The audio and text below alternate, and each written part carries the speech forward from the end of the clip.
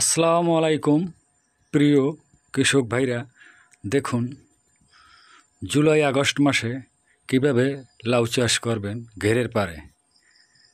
এই দেখুন লাউ গাছ, আমি এই লাউ গাছ আজ থেকে 60 দিন আগে রোপণ করছি। অনেক বৃষ্টি গেছে, টানা প্রায় 1 মাস এই বৃষ্টি, তারপরও দেখুন কত সুন্দর এই লাউ গাছের চেহারা, আর পাতাগুলো দেখুন কত বড় বড় একটা।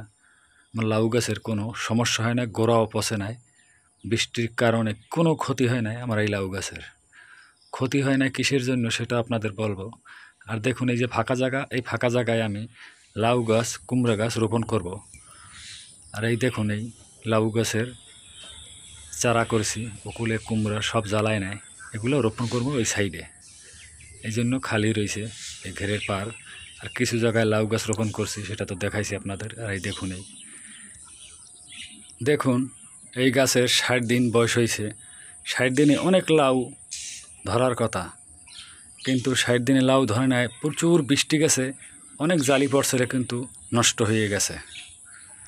এই গাছগুলা ঠিক আছে, কিন্তু এখন যদি বৃষ্টি কমে দেখবেন অনেক লাউ হয়েছে। আর অনেক লাউ আছে ছোট ছোট লাউ, সেগুলা ভিতরে আরও 2টা লাউ বড় হয়েছে, সেটা তো আপনাদের দেখাইছি। আর এই লাউ গাছগুলা এত সুন্দর এত সতেজ কিসের জন্য রয়েছে সেটা আপনাদের এই ভিডিওতে বলবো। আর দেখুন গাছগুলো কত মোটা, আর পাতাগুলো দেখুন সব সবুজ, একটা পাতাও বৃষ্টিতে পচে নাই, নষ্ট হয় নাই। আপনারা এই বর্ষাকালে ঘেরের পার হোক আর পুষ্কুনির পার হোক, আপনারা ইচ্ছা করলে লাউ কুমড়া করলা চাষ করতে পারেন। আমি এই ঘেরে অনেক কিছুই চাষ করি, অনেক ভিডিও দিয়েছি, আপনারা দেখছেন। আর এই লাউ চাষ খুব একটা লাভজনক চাষ, আর লাউ গাছে পরিশ্রম অনেক কম লাগে। এই জন্য আপনারা এই বর্ষাকালে লাউ চাষ করতে পারেন।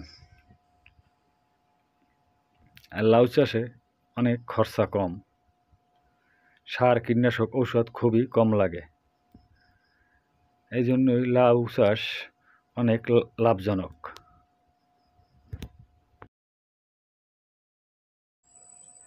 লাউ গাছ এত সুন্দর বা এত সবুজ কিভাবে রইল এত বৃষ্টির ভিতরে? দেখুন এই লাউ গাছে আমি কেব্রিও টপ এমিস্টার টপ প্রতি সপ্তাহে একবার ব্যবহার করছি। এই দুটো জিনিস ব্যবহার করলে আপনার লাউ গাছ গোড়াও পচবে না, আর লাউ গাছ নষ্টও হবে না। আর লাউ গাছের গোড়ায় আমি মালচিং পেপার ব্যবহার করছি। আমার পুরনো মালচিং পেপার ছিল, এই দেখুন ওই সাদা সাদা, এটা ব্যবহার করছি বিধায় গোড়া পচতে পারে না, শিকড়ও নষ্ট হয় না। এই জন্য লাউ গাছগুলো অনেক ভালো রয়েছে, কোনো ক্ষতি হয় না বৃষ্টিতে। আপনারাও পারেন লাউ গাছ এইভাবে চাষ করতে। আপনার যদি মালচিং পেপার না থাকে পলিথিন দিলেও হবে, কিন্তু রোদ্দুর উঠলেই আপনার পলিথিন সরাইতে হইবে। বৃষ্টি পড়লে পলিথিন দিয়ে দিলে কোনো সমস্যা নাই।